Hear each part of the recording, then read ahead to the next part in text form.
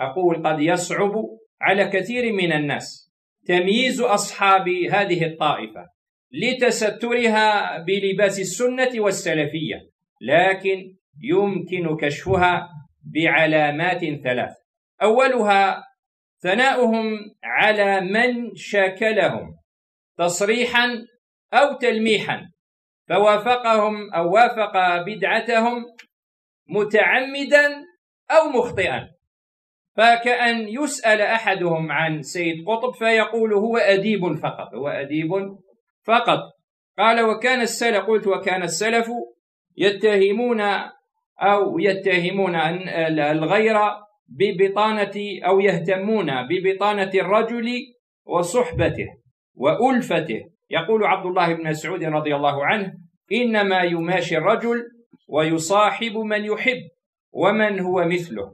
وعن الأعمش قال كانوا لا يسألون عن الرجل بعد ثلاث: ممشاه ومدخله وألفته من الناس، وألفته من الناس، يعني كانوا ينظرون إلى ثلاث: مدخله وممشاه، يعني حيث من يأتي ومن يماشي ومن يرجع إليه ومن يصاحب ومن يأخذ عنه ومن لا يأخذ عنه ونحو ذلك. وكان الأوزاعي الإمام يقول من ستر عنا بدعته لم تخفى عنا ألفته. وكان كما يقول يحيى بن سعيد القطان لما قدم سفيان الثوري البصرة جعل ينظر إلى أمر الربيع بن صبيح، والربيع بن صبيح كان يرمى بشيء من الإرجاء أو القدر، فجعل سفيان ينظر في أمر الربيع وقدره عند الناس، فسأل أي شيء مذهبه؟ قالوا مذهبه إلى السنة. قال ومن بطانته؟ قالوا أهل القدر. قال إذن هو قدري. وقيل للأوزاعي إن الرجل قد يقول أنا أجالس أهل السنة وأجالس أهل البدع، فقال الأوزاعي هذا رجل يريد أن يسوي بين الحق والباطل، هذا رجل يريد أن يسوي بين الحق والباطل. ومن عجيب ما يروى عن الإمام أحمد كما في السير وغيره أن إبراهيم بن إسحاق السراج كان رحمة الله عليه يقول قال أحمد بن حنبل يوما يبلغني أن الحارث هذا يعني المحاسبي، وكان الحارث يومها يختفي أو يتخفى من صوفيته، لا يظهر صوفيته وغلوه في علم كما يقولون علم الحقائق، فكان لا يبدي ذلك علانية ويتخفى ولا يبدي ذلك إلا إلى أصحابه المقربين منه. قال من أن الإمام أحمد يوما قال يبلغني أن الحارث هذا يعني المحاسبي، وكما ذكرت أن المحاسبي يعني كان يوصف بالزهد وأنه من شيوخ الصوفية، وله ردود أيضا على المعتزلة بل وعلى الرافضة، أثنى عليه الإمام أحمد من وجه ابتداء يعني قديما، ثم لما اطلع على حاله حذر منه وهجره. قلت أن الإمام أحمد قال للرجل أنه بلغني أن الحارث يعني المحاسبي يكثر الكون عندك، يعني يأتيك إلى بيتك كثيرا. قال لو أحضرته وأجلستني من حيث لا يراني، قال لو أحضرته وأنا يعني أدخل ولكن أجلس أستمع إلى كلامه من حيث لا يراني الحارث المحاسبي. قال فأسمع كلامه. قال قلت سأفعل. قال وسرني هذا الابتداء من أبي عبد الله أي الإمام أحمد. قال وقصدت الحارث أي ذهبت إليه وسألته أن يحضر، وقلت تسأل أصحابك أن يحضروا يعني أيضا، فقال يا إسماعيل فيهم كثرة فلا تزدهم عن الكسب والتمر. كسب يعني شيء من الدهن وشيء من التمر، قال لا تزيدهم هذا لأن مع يعني أصحابي هذه كثر يعني أتباعي كثر. قال وأكثر منهما ما استطعت. قال ففعلت ما أمرني. قال وأعلمت أبا عبد الله أي الإمام أحمد قال فحضر بعد المغرب وصعد غرفة، يعني عنده غرفة فوق البيت الإمام أحمد، يعني أصعد إمام أحمد إلى تلك الغرفة فوق البيت. قال واجتهد في ورده في ذكره. قال وحضر الحارث وأصحابه. قال فأكلوا ثم قاموا إلى الصلاة ولم يصلوا بعدها. قال وقعدوا بين يدي الحارث وهم سكوت إلى قريب من نصف الليل. قال وابتدأ واحد منهم وسأل عن مسألة. قال فأخذ الحارث في الكلام وهم يسمعون. قال وكأن على رؤوسهم الطير. قال فمنهم من يبكي ومنهم من يزعق. قال صاحب البيت فصعدت لأتعرف حال أبي عبد الله. قال صعدت الغرفة التي فوق لأنظر في حال الإمام أحمد. قال وهو متغير الحال، وجده قد تغير حاله مغضب. فقلت كيف رأيت، يعني من حال الحارث وأصحابه؟ قال ما أعلم أني رأيت مثل هؤلاء القوم ولا سمعت في علم الحقائق مثل كلام هذا، يعني من علم الخطرات والوساوس كما قال أبو زرعة الرازي. قال وعلى ما وصفت لك فلا أرى لك صحبتهم. ثم قام وخرج. قال وكان أبو القاسم النصرباذي يقول بلغني أن الحارث تكلم في شيء من الكلام، من علم الكلام. قال فهجره أحمد. قال فاختفى في دار مات فيها. قال ولم يصل عليه إلا 4 أنفس. هذه الركيزة أو العلامة الأولى. أما الثانية طعن أصحاب هذا الفكر في أهل السنة والأثر، يعني من العلامات التي تدل على انحرافهم طعنهم في أصحاب أهل السنة والأثر.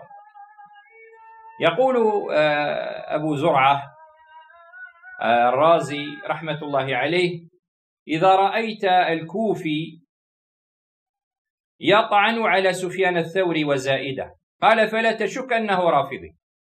قال وإذا رأيت الشامي يطعن في مكحول والأوزاعي قال فلا تشك أنه ناصبي. قال وإذا رأيت الخراساني يطعن على عبد الله بن المبارك فلا تشك أنه مرجئ.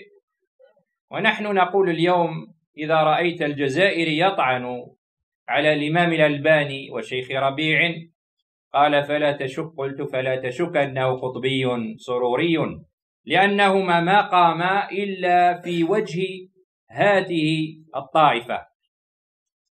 واعلم أن هذه الطوائف كلها مجمعة على بغض أحمد بن حنبل، لأنه ما من أحد إلا وفي قلبه منه سهم لا برء له منه. وتلاحظون كما بعض يشبه أن الطعن في العلماء ليست المسألة من مسائل أو الأصول المنهجية. فانظروا إلى أنهم كانوا يعني يتهمون الطاعنين في أمثال هؤلاء العلماء. فالمسألة من أصول الدعوة السلفية الطعن في أئمتها.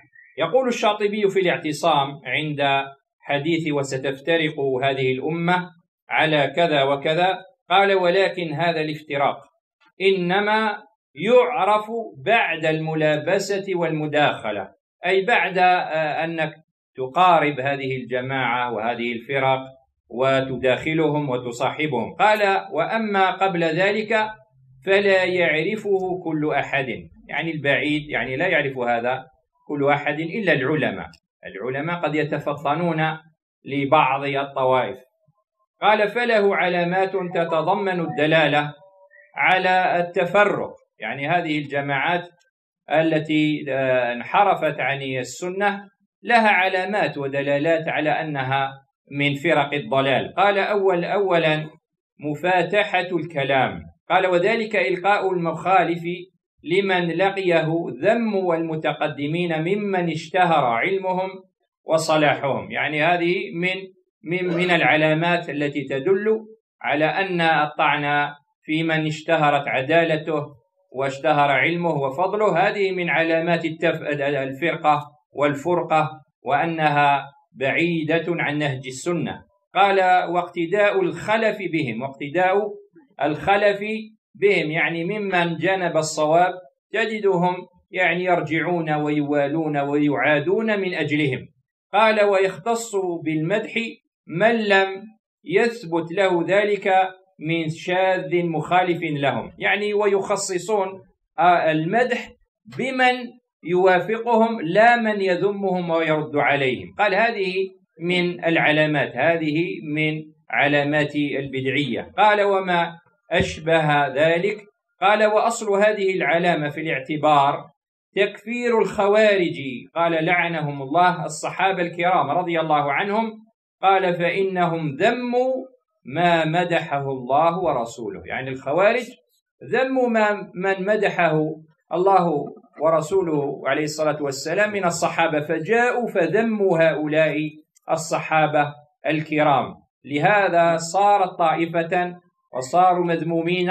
فكذلك من يقوم بالذم أو بذم أولئك الأعلام من علماء أهل السنة والأثر فهي علامة على الانحراف وعلامة على الفرقة. قال رحمه الله تعالى فإنهم ذموا من مدحه الله ورسوله عليه الصلاة والسلام، واتفق السلف الصالح على مدحهم والثناء عليهم أي الصحابة رضي الله عنهم. وثالث العلامات طعنهم في ولاة الأمر أو في ولاة أمر المسلمين وفي دولهم وتهييج العامة عليهم بالترويج مثلا لمشروعية الإنكار العلني عليهم بمخالفة صريح وصحيح السنة. لهذا قال وهي أيضا من العلامات الكاشفة لهذا المنهج الرديء.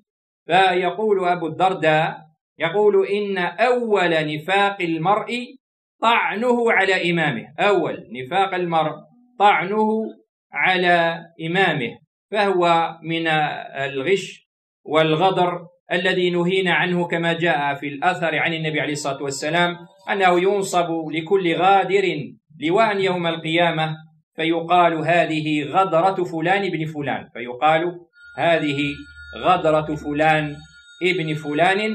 على أني أختم بكلام لمن ترجم للإمام عبد العزيز ابن باز رحمة الله عليه حين كان رحمه الله تعالى يذب عن المنهج السلفي في معاملة الحكام وإن حكموا القوانين الوضعية. فقال حميد بن إبراهيم الشتري الدكتور في الإبريزية في الصفحة 55 قال لي دلالة على صبر وصدع الإمام بالحق وإن حصل ما حصل وإن حضر من حضر. فقال ومثلها فتواه التي كان الناس يحاورونه فيها محاورة تشبه المحاصرة فيحاصرونه.